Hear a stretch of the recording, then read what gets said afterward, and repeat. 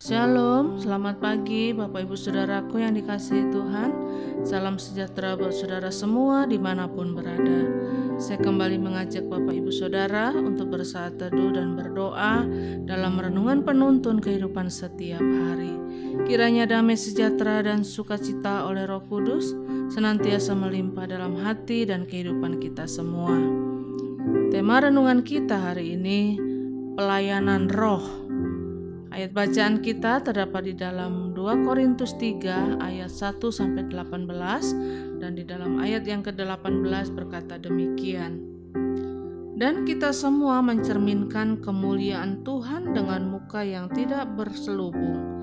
Dan karena kemuliaan itu datangnya dari Tuhan yang adalah roh, maka kita diubah menjadi serupa dengan gambarnya dalam kemuliaan yang semakin besar. Bapak Ibu Saudaraku yang dikasihi Tuhan, untuk menjadi orang Kristen berarti kita harus menjadi pelayan Tuhan. Kenapa harus menjadi pelayan Tuhan? Karena ketika kita diselamatkan oleh Kristus, maka hutang kita kepada Kristus tidak akan pernah terbayar di hadapan Tuhan. Sebagaimana Daud berkata, dengan apakah ku balas kepada Tuhan segala kebaikannya kepadaku? Jadi hutang kita tidak bisa kita balas dengan apapun yang dapat kita berikan, kecuali kita mempersembahkan hidup kita sebagai persembahan yang kudus, yang hidup dan yang berkenan kepada Tuhan.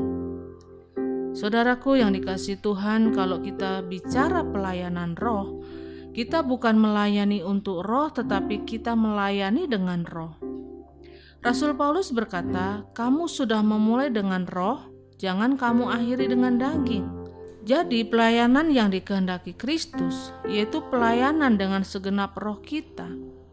Dan pertanyaannya, apa ciri-ciri pelayanan roh itu? Dari ayat bacaan kita hari ini kita mau belajar. Yang pertama, pelayanan roh adalah pelayanan yang tidak mencari pujian bagi diri kita sendiri. Ayat yang pertama, apapun yang kita buat, kita tidak mencari pujian bagi diri kita sendiri. Istri berbuat sesuatu pada suaminya bukan untuk dipuji. Suami berbuat sesuatu buat istrinya bukan supaya dipuji, tetapi kita tahu ini adalah bagian dari pelayanan roh kita di dalam keluarga. Orang yang melayani supaya untuk dipuji, ini bukan pelayanan roh, tetapi pelayanan untuk dagingnya. Bahwa dia melayani, dia berbuat sesuatu supaya dia menerima yang lebih besar dari itu.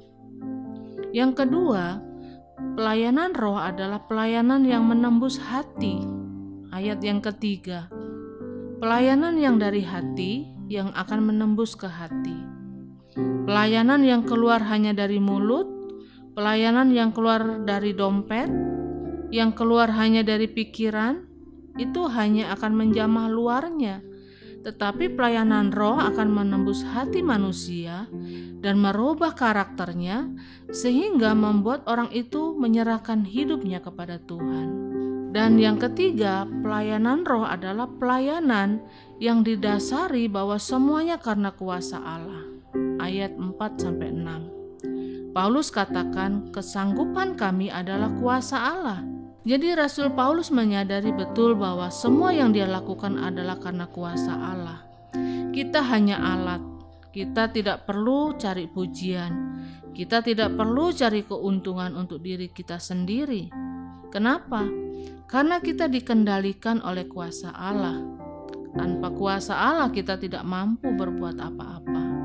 Dan yang keempat, pelayanan roh adalah pelayanan yang merdeka, yang bebas dari setiap ikatan.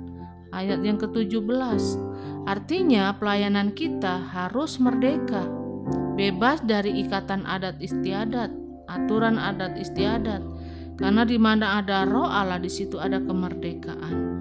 Tidak lagi dengan tekanan, tetapi menyadari bahwa kita melayani Kristus, kita tidak dibebani oleh apapun. Saudaraku yang dikasihi Tuhan, kita sudah diselamatkan oleh Kristus. Karena itu setiap kita harus melayani dengan roh dan tidak mencari pujian dari manusia. Itulah pelayanan yang dipimpin oleh roh Allah. Karena itu, pergumulan apapun yang sedang saudara hadapi hari ini, percayalah kepada Kristus yang senantiasa memampukan saudara untuk tetap berjalan dalam kemenangan, berjalan dalam kepastian dan mukjizat. Amin. Mari kita berdoa. Bapa, kami bersyukur buat hari ini, kami bersyukur buat hari yang baru, kami bersyukur buat firman-Mu yang boleh menjadi makanan rohani kami, yang boleh menjadi penuntun buat hidup kami. Tuhan Yesus, kalau kami dipanggil menjadi umat pilihan-Mu, kami memiliki tanggung jawab karena kami adalah orang-orang yang berhutang kepada Tuhan. Kami tidak dapat membalas dengan apapun yang kami punya, kecuali kami boleh melayani Tuhan, melayani dalam roh, yaitu tidak mencari pujian dari manusia, tidak mencari keuntungan dari manusia, tetapi kami melayani dengan hati yang tulus, kami melayani dengan kuasa yang Tuhan berikan, dan kami melayani dengan satu kemerdekaan yang dari Tuhan. Sehingga lewat pelayanan kami banyak orang diberkati dan nama Tuhan dipermuliakan. Terima kasih Bapa, di dalam nama Tuhan Yesus kami berdoa. Haleluya. Amin. Kiranya berkat yang sempurna dari Allah Bapa kita, kasih karunia dari Tuhan Yesus Kristus, dan persekutuan yang indah dengan Roh Kudus menyertai kita semua dari sekarang ini dan sampai selama-lamanya. Maju terus dalam tuntunan Tuhan, tetap semangat, sampai jumpa esok hari dalam penuntun kehidupan setiap hari, dan Tuhan Yesus memberkati.